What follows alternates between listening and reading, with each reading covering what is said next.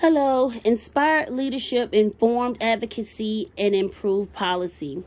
This is Jennifer Higginbotham, your host for today.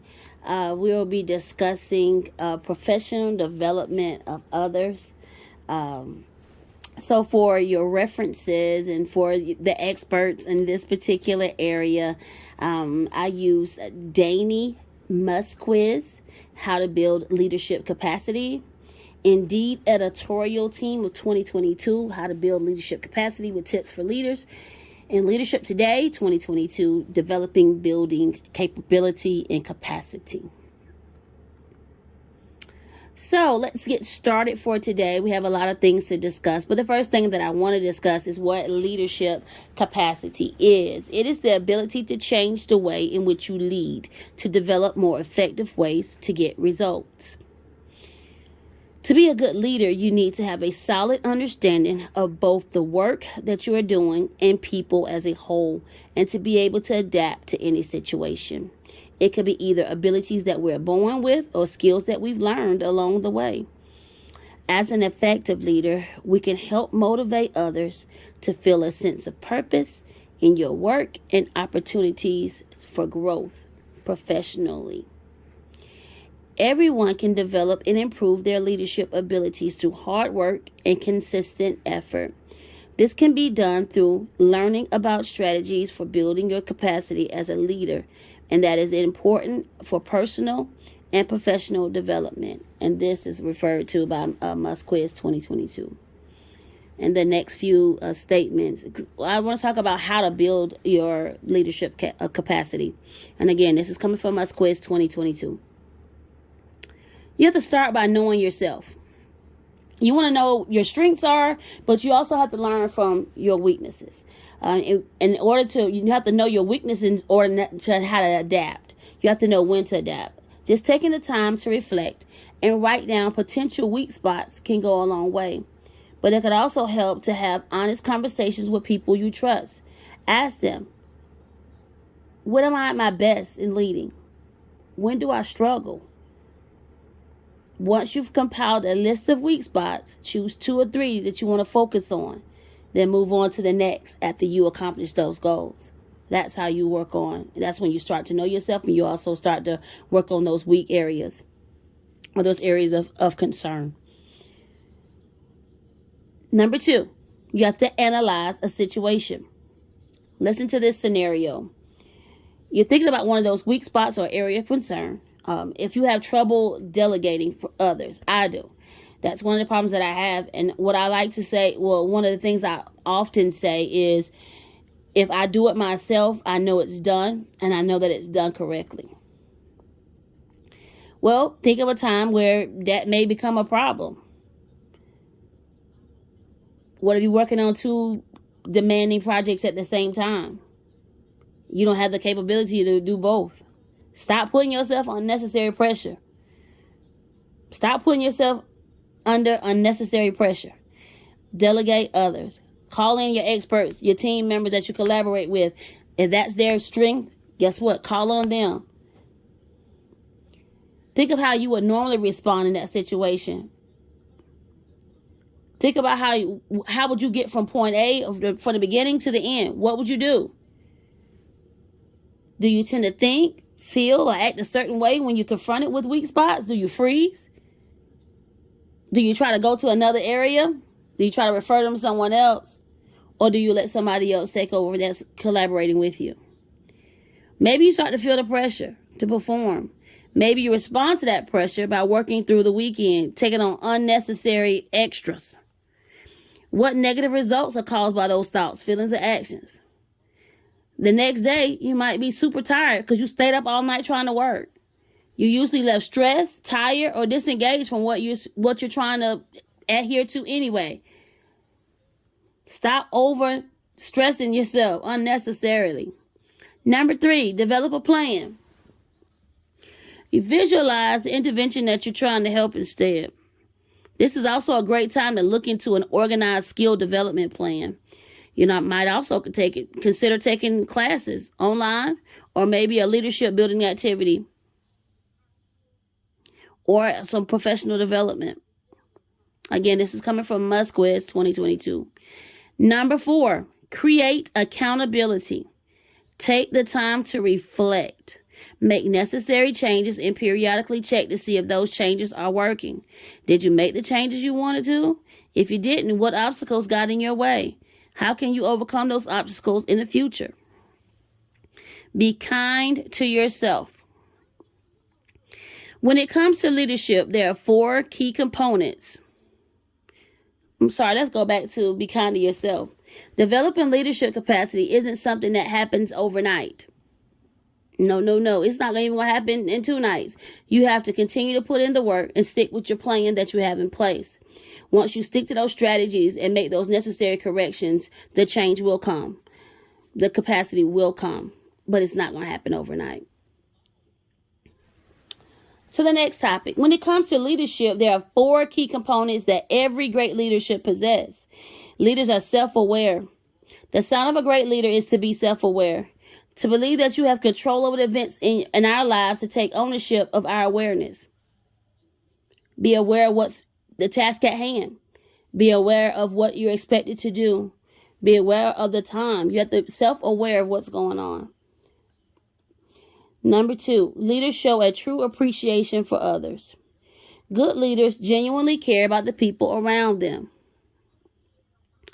This is a little bit different from trying to get followers. A lot of people just listen and want people to follow them because they're popular or they have a good idea.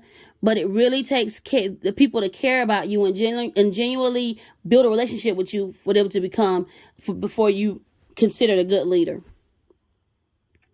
Not just the relationship building, but also enable them to do the task at hand or what they need to do. Good leaders inspire. And again, this is coming from Indeed 22.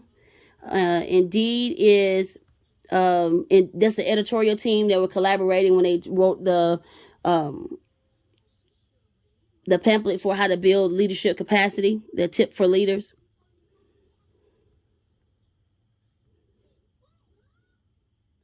Leaders inspire followership. Followership asks the question, is this person capable of getting people to put resources and energy toward whatever goal that leader has appointed? Leaders are highly competent. Complementary to the skill of inspiring followership is competency in what they're asking people to do. Have they mastered something? Are they capable of mastering something, or are they in the process of mastering something that would allow them to effectively lead others, as well as training the next generation of leaders via mentoring? How can you lead if you've never done something? What have they accomplished? What have they shown to be a true leader in? What are those characteristics of a leader that they've shown throughout that process? That's the sign of a great leader, when you're able to follow because you've seen what they've done. Last but not least, I want to talk about the coaching and mentoring activity supporting implementation and explain how leadership capacity could be cultivated. First and foremost, hold purpose driven check-ins. You make the most of the time you do have, instead of dealing with questions on the fly through a series of unscheduled. Do you have time? Do you have a minute? Request schedule regularly meetings with your team members. Encourage them to save non-urgent requests for help. So, for instance, for example, with my team, we don't have any common times during the day, but we do meet every Monday after school, immediately after school, and we talk about different things that we've encountered, whether it be something that's changed in a program that we use, or an update on something. We make that time, and then we debrief. We talk about shared students and what has worked, what has not worked. We make sure we do that. You have to have those purpose-driven check-ins. That's when you're able to collaborate. That's when you're able to share. So you still need to be able for some questions and emergencies, but train team members to know which issues warrant an interruption and which should be saved for later. Like, you don't want to just start dilly-dallying talking about what you did over the weekend. You want to have a purpose. You want to not just be sitting in there chit-chatting, but actually have a purpose on what you're discussing.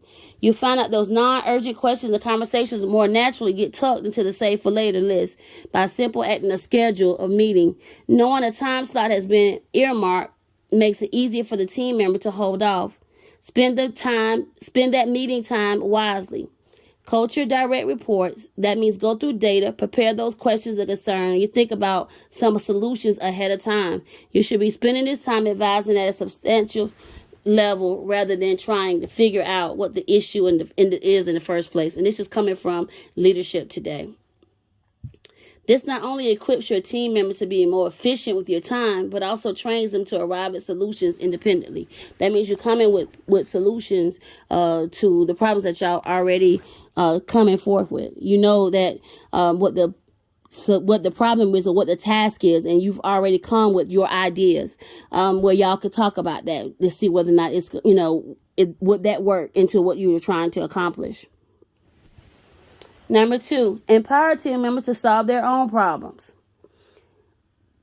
Coaching and mentoring employees in the workplace doesn't mean you should be constantly solving problems for your teammates. I think that the math lessons today teach the children to collaborate, peer collaborations where they sit and they talk about the particular problem, how they would solve it, and then they talk their way through it. Most of the time it's a multi-step problem, and they're able to do it because they're able to they're able to collaborate with each other, either coach each other.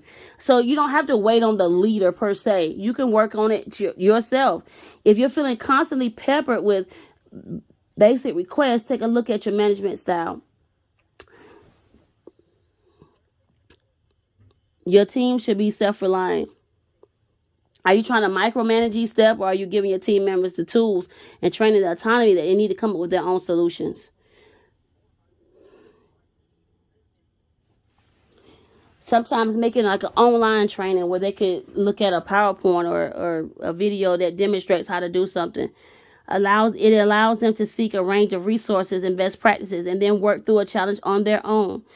You may be instrumental in identifying key resources for an individual's need, but having a comprehensive library expertise gives team members a first port of call when needs and questions arise. Ideally, your direct reports may be capable of working efficiently and independently without your constant input. As your team becomes accustomed to independence, they'll need less guidance from you, and you'll become better at their jobs. Following this approach, you free up to mentor your team on more high-level issues. Number 3, use coaching time to pinpoint areas of improvement. You should primarily use your time with direct reports to mentor them on higher order features. Work together to identify the areas and specific skills they should develop to advance their careers. Excuse me. Then point them toward training resources where they can get quality information. For example, are you coaching someone to take on more leadership responsibilities? Excuse me. Is he or she taking on online courses in interpersonal skills like team leadership?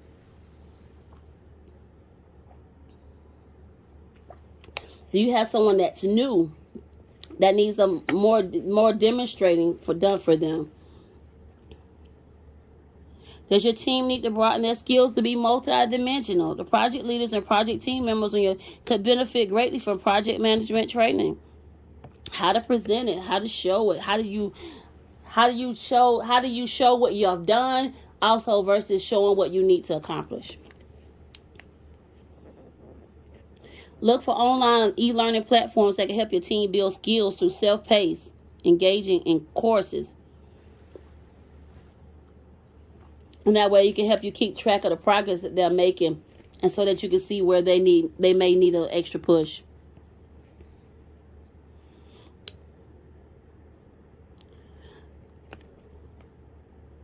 So these are the things that we've discussed today to build your leadership capacity.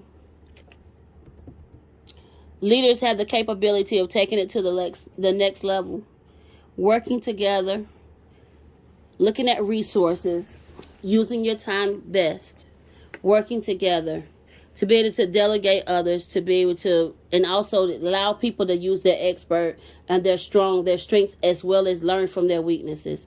Use those strengths to teach the rest of the others. Not saying that they don't know, but maybe it's something that you found or something that you've learned from that you would like to share with the group that would benefit all. When we're increasing our leadership capacity, we're all learning. We're all trying to be successful. We're all trying to take it to the next level, and we learn from each other. I hope that this helps. You have a wonderful day. See you next time.